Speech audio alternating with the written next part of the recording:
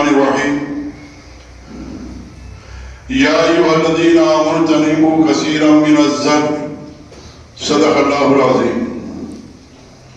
میرے عزیز و بھائیو، بزرگ دوستو، قرآن پاک کے اندر ایک سورت ہے جس کا نام سورہ حجرات ہے، 26ویں پارے کی سورت ہے، بڑی زیادہ چھوٹی بھی نہیں اور بڑی بھی نہیں، معمول کے مطابق صفحے 1.5 صفحے کی یہ سورت ہے، لیکن بہت زیادہ اہمیت کی حامل ہے۔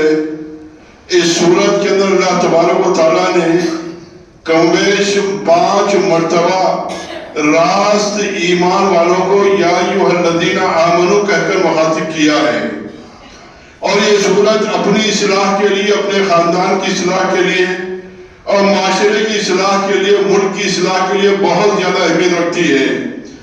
یہی وجہ ہے کہ پاکستان کی یونیورسٹیز کے اندر اکثر گریجویشن کا جہاں کورس ہے وہاں پر یہ سورت نصاب میں داخل ہے۔ تو گویا سورہ حجرات یہ بہت زیادہ اہمیت کی حامل ہے ایمان والوں کو اپنی زندگی کی اصلاح کے لیے۔ اس سورت شریفہ کی ایک آیت ہے، یا ایھا الذین آمنوا اجتنبوا کثیرا من الظن، کہ اے ایمان والو اکثر گمان مت کیا کرو، کیونکہ بعض گمان گناہ ہوتے ہیں، بعض گمان گناہ ہوتے ہیں۔ اللہ تبارک و تعالیٰ یہ چاہتا ہے کہ ایمان والوں کی سوچ اور گمان یہ بھی شریعت کے تابع ہو جائے۔ عمل تو ہر آدمی کر ہی لیتا ہے، لیکن گمان بھی شریعت کے مطابق ہو جائے، اس لیے فرمایا کہ زن، زوئے سے زن کے معنی گمان، اگر کوئی آدمی زے سے زن پڑھے تو اس کے معنی عورت ہو جائے گا۔ حسن زن یعنی خوبصورت عورت کی خوبصورتی، اور اس کو اگر زوئے سے پڑھا جائے تو زن یعنی گمان، حسن زن یعنی اچھا گمان۔ تو گویا خالی زوئے اور زے کے فرق سے اتنا فرق ہو جاتا ہے۔ اس لیے میں اس جانبی توجہ دینا چاہوں گا کہ جو لوگ نماز پڑھنے والے ہیں کم سے کم قرآن پاک میں جو صورتیں پڑھتے ہیں وہ تجوید کے ساتھ میں سیکھ کر پڑھیں، ورنہ بہت بڑا فرق ہو جائے گا۔ تو گویا اس سورہ حجرات کے اندر اللہ تبارک نے فرمایا کہ اے ایمان والو، گمان سے کثرت کے ساتھ میں گمان کرنے سے بچو، کیونکہ بعض گمان گناہ ہوتے ہیں۔ آپ نے سنا ہوگا کہ یہ سفید جھوٹ بولتا ہے، سفید جھوٹ کو تو آپ نے سن لیا، آج میں کالا جھوٹ آپ کے سامنے رکھ رہا ہوں۔ دنیا میں محاورہ ہے سفید جھوٹ، لیکن کالا جھوٹ یہ کیا ہے؟ انسان کی سوچ کا گمان۔ مسلم شریف کی روایت کے مطابق بہت بڑا گناہ ایمان والے کا حضور نے فرمایا کہ یہ بدگمانی ہے، یہ بدگمانی ہے کہ کوئی آدمی کسی کے بارے میں بدگمانی کرے۔ حضور اکرم صلی اللہ علیہ وسلم فرماتے ہیں کہ یہ بہت بڑا جھوٹ ہے۔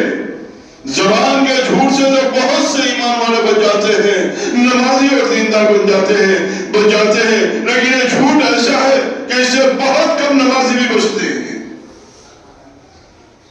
بدگمانی کا جھوٹ، فرمایا کہ بدگمانی، حضور نے فرمایا کہ یہ بہت بڑا جھوٹ ہے، اور جس کی حدیث پاک کے مفہوم کے مطابق جس کی سچی اور اچھی سوچ ہوگی وہ اس کے لیے اتنی ہی اچھی عبادت ہے۔ یعنی اچھی سوچ کا رکھنا یہ بھی ایک عبادت ہے، بدگمانی کا نہ کرنا یہ بھی بہت بڑی بات ہے، کسی کے ساتھ اچھا گمان قائم کرنا یہ بھی بہت بڑی چیز ہے، اور کسی کے ساتھ میں بدگمانی کرنا فرمایا کہ یہ جھوٹ ہے، بڑا جھوٹ ہے۔ اس لیے بدگمانی سے بچنا بہت زیادہ ضروری ہے۔ اللہ نے فرمایا یا ایھا الذین آمنوا اجتنبوا، کہ بچو اس سے کثرت کے ساتھ گمان کرنے سے۔ اور یہ چیز ایسی ہے کہ آج میرے دوستوں اچھے لوگوں کے اندر بھی رچ گئی اور بس گئی ہے۔ آدمی کبھی بھی کسی کے بارے میں گمان کر لے جائے، اور آج تو خدا ہم سب کی حفاظت فرمائے، اب ہمارے ہاتھوں میں جو فون آ گیا یہ تو انسان کو بدگمانی کے خندق میں ڈال دیا۔ فون کیا اور کسی نے نہیں اٹھایا تو کہہ دیا ارے فجر کا ٹائم ہے وہ سو رہے ہوں گے۔ کبھی فون کیا اس نے نہیں اٹھایا، ارے وہ جان بوجھ کر نہیں اٹھا رہا ہے۔ کبھی فون کیا نہیں اٹھایا، کوئی اور بدگمانی، یہ تو ہمارے پاس بدگمانی کا حال آ گیا کہ بدگمانی آدمی کرتا ہی چلا جاتا ہے۔ اس لیے بدگمانی نہیں کرنا چاہیے، یہ بہت بڑا گناہ ہے جس کو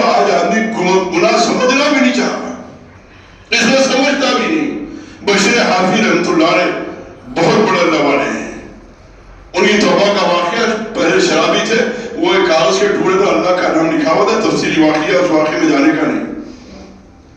کیا ہوا؟ ان کا معاملہ یہ تھا کہ ہمیشہ جمعہ کی نماز پڑھتے اور فوری چلے جایا کرتے تھے.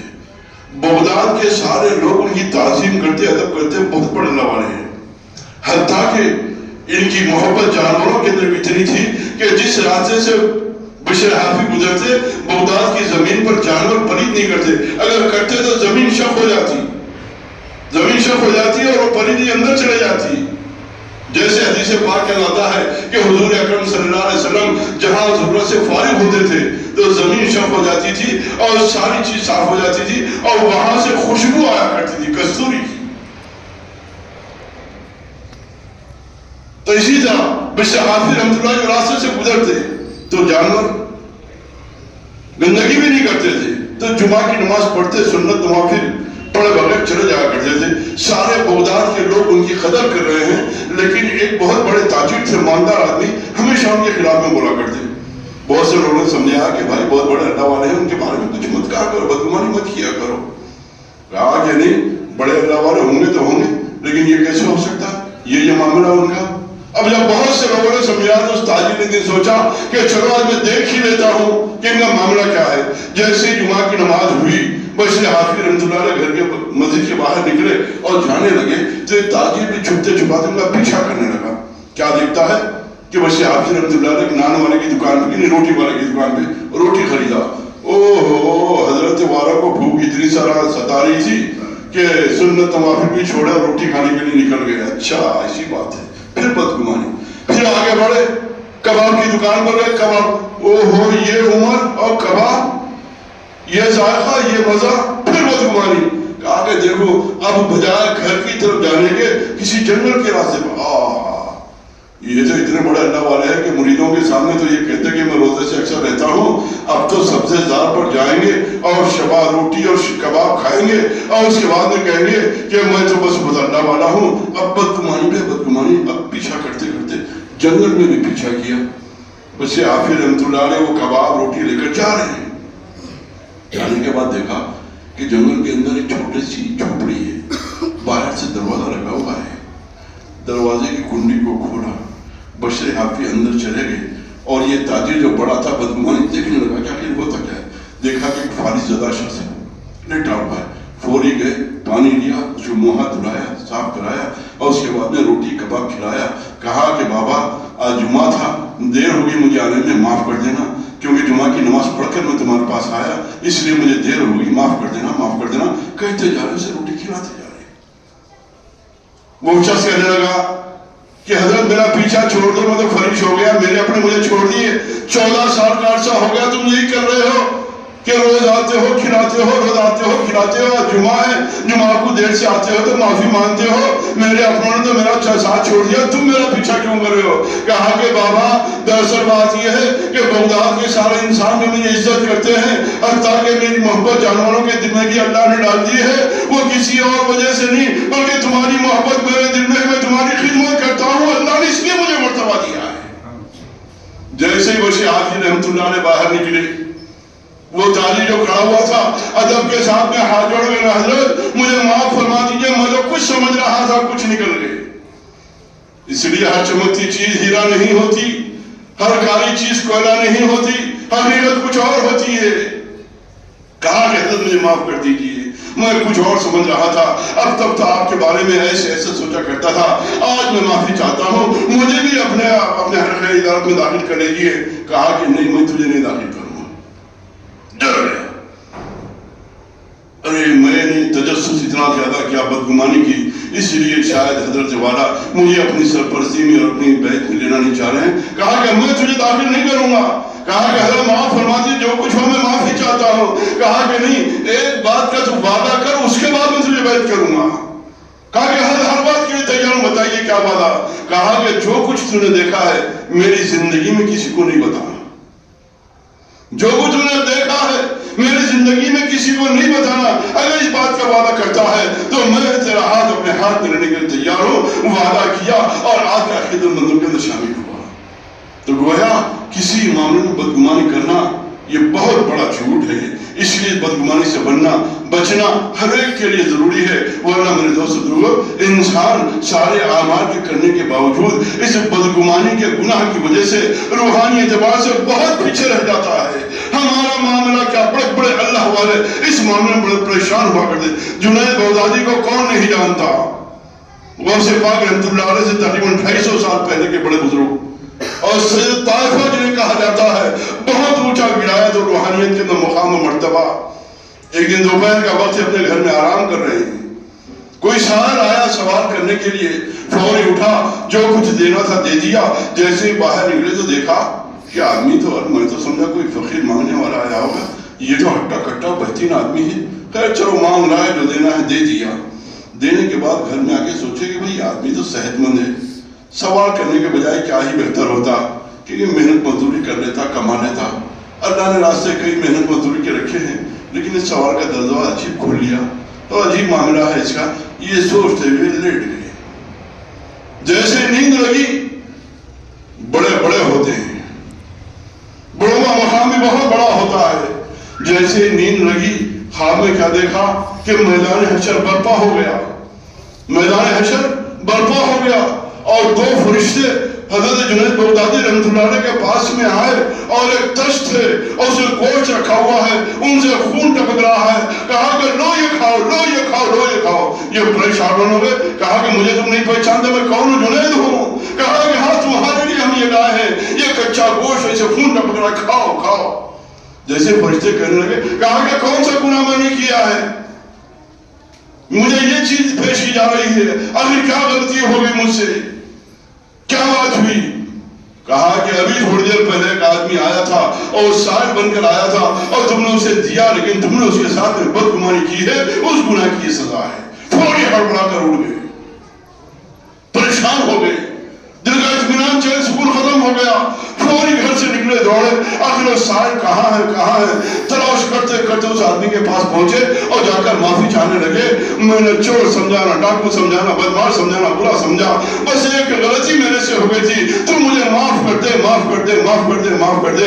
کہا کہ کیا بات؟ کہا کہ ایسے ایسے میں نے تجھے دیا، لیکن میرے ذہن میں بدگمانی آئی، میرے ذہن میں بدگمانی آئی، جس کی وجہ سے اللہ کا عذاب میرے پر نازل ہو رہا ہے، اس لیے میں تجھ سے معافی چاہتا ہوں۔ کہا کہ میں کوئی عام آدمی نہیں ہوں، میں بھی ایک وقت کا بہت بڑا ولی ہوں، اللہ نے مجھے تمہارے پاس بھیجا تھا، اگر تم معافی مانگنے کے لیے میرے پاس نہیں آتے تو تمہاری ساری روحانی ترقی کے مقامات مرتبے اللہ چھین لیتا تھا، صرف بدگمانی کی وجہ سے۔ اس لیے میرے دوستو، یا ایھا الذین آمنوا اجتنبوا، سورہ حجرات کے اندر اللہ فرماتے ہیں، یہ 26 پارہ کی صورت ہے۔ میں تو اس بات کی اپیل کروں گا کہ آپ لوگ اپنے گھروں میں جانے سے پہلے اس صورت کو نکالیے، اس میں بہت سے احکامات 5 مرتبہ یا ایھا الذین آمنوا کہہ کر اللہ نے مخاطب کیا ہے، اور بہت سی اصلاح کی باتیں اس کے اندر بیان فرمائی ہیں۔ اس لیے اس کو خوب پڑھیے اور اس کا ورد رکھیے، اس کی تفسیر کو دیکھیے، اس کے احکامات کو دیکھیے اور اس پر عمل کرنے کی کوشش کیجیے۔ زندگی کے اندر سے ایمانی اعتبار سے، روحانی اعتبار سے ایک جڑ پیدا ہوگی، انقلاب پیدا ہوگا۔ اس لیے بدگمانی سے بچنا یہ بہت زیادہ ضروری ہے۔ یہ سفید جھوٹ تو آپ جانتے ہیں، لیکن یہ کالا جھوٹ ہے جو انسانوں کے ذہنوں میں پیدا ہوتا ہے۔ حسن گمان رکھنا، اچھا گمان رکھنا، سوء ظن سے اپنے آپ کو بچانا، یہ بہت ضروری ہر ایمان والے کے لیے ہے۔ اس لیے میرے دوستو، ان تعلیمات پر ہم اپنے آپ کو عمل کرنے کی کوشش کریں۔ اس موقع کے حساب سے ایک بات مجھے عرض کرنی ہے کہ گدھی کا دودھ سرما کے زمانے کے اندر اکثر لوگوں کے اندر کیا شرعی اعتبار سے اس کا دودھ پلانا بچوں کو جائز ہے یا ناجائز؟ ان دنوں کے اندر مسلمانوں کے اندر بھی ماحول ہے کہ دم کی بیماری بچوں فلاں بیماری، اور عام طور پر سمجھتے ہیں کہ صاحب بیماری کے علاج کے لیے ایسی چیزیں سونے۔ شریعت کے اندر گدھا یہ حرام ہے اور اس کا دودھ یہ بھی حرام ہے، بچوں کو پلانا یا خود پینا یہ بھی حرام ہے۔ جیسے عام مشہور ہے کہ حرام چیز بھی دوا کے طور پر استعمال کی جا سکتی ہے، لیکن اس میں اجازت نہیں ہے، کیونکہ جن بیماریوں کے لیے چیز استعمال کی جاتی ہے اس کے بہت سے علاج دنیا میں موجود ہیں۔ اس لیے ان چیزوں سے بچنا بہت زیادہ ضروری ہے کہ گدھی کا دودھ پلانا، چاہے بڑوں کو یا بچوں کو، کسی بیماری کے علاج کے لیے آج کے زمانے میں ناجائز اور حرام ہے، کیونکہ جن بیماریوں کے لیے دودھ استعمال کیا جاتا ہے جو حرام دودھ ہے، ان بیماریوں کے علاج دنیا میں بھی بہت سے موجود ہیں، اس لیے اس کو حرام قرار دیا گیا ہے. اللہ تبارک و تعالیٰ باتوں کو سمجھنے کی عمل کرنے کی توفیق نصیب فرمائے. وآخر دعوانا الحمد للہ رب العالمین.